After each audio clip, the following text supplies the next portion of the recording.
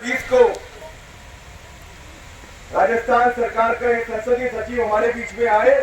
और उन्होंने हमें एम्पावर्ड कमेटी से बात करने का सरकारी दस्तावेज हमें दिया। उसमें साफ तौर पर ये लिखा हुआ है कि जेडीए ने हमारे इस नींदर आवासीय योजना के मामले को राजस्थान सरकार की एम्पावर्ड कमेटी के पास भेज दिया है और जब तक एम्पावर्ड कमेटी से हमारी बातचीत नहीं हो जाती है, एम्पावर्ड कमेटी इस पर कोई निर्णय नहीं कर लेती है, तब तक जयपुर विकास प्राधिकरण के हाथ बंधे हुए हैं।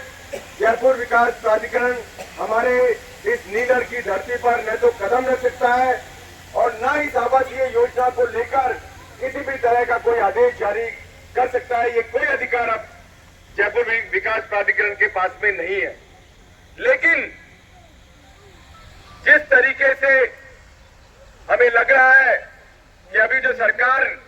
हमारे बीच में है, वो सरकार पूरे तरीके से अधिकारियों के चंगुल में फंसी हुई है, तानाशाही के रास्ते पर वो चल निकली है। और यही कारण है कि एम्पावर्ड कमेटी में हमारा मामला लंबित होने के बावजूद जयपुर विकास प्राधिकरण में बैठे हुए अधिकारी तानाशाहीपूर्ण तरीके से तानाशाही रवैया अपनाकर लगातार हमारे इस नींदर गांव की जमीनों पर कब्जा करने की कोशिश कर रहे हैं और फिर से हमारे किसानों को भयभीत करने के लिए उन्होंने एक ये दस्तावेज, एक सूचना उन्होंने निकाली है, जिसका निकालने का अधिकार जयपुर विकास प्राधिकरण के पास में नहीं है। और यही कारण है कि आज हमने ये जो सूचना जयपुर विकास प्राधिकरण के द्वारा अखबारों में निकाली गई, इस सूचना की हमने होली जलाई है। ये सारी सूचनाएं हमने अग्नि को समर्पित कर दी है।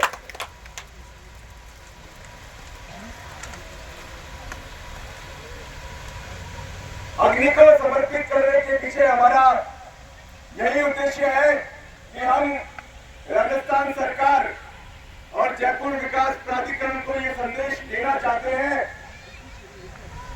कि ये जो एम्पावर्ड कमेटी का लेटर हमारे पास है, वो कोई सामान्य कागज का टुकड़ा नहीं है, वो सरकारी दस्तावेज है।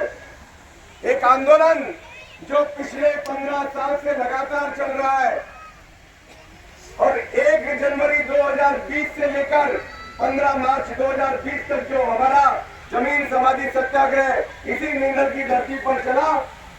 उस आंदोलन के दौरान ही 15 मार्च को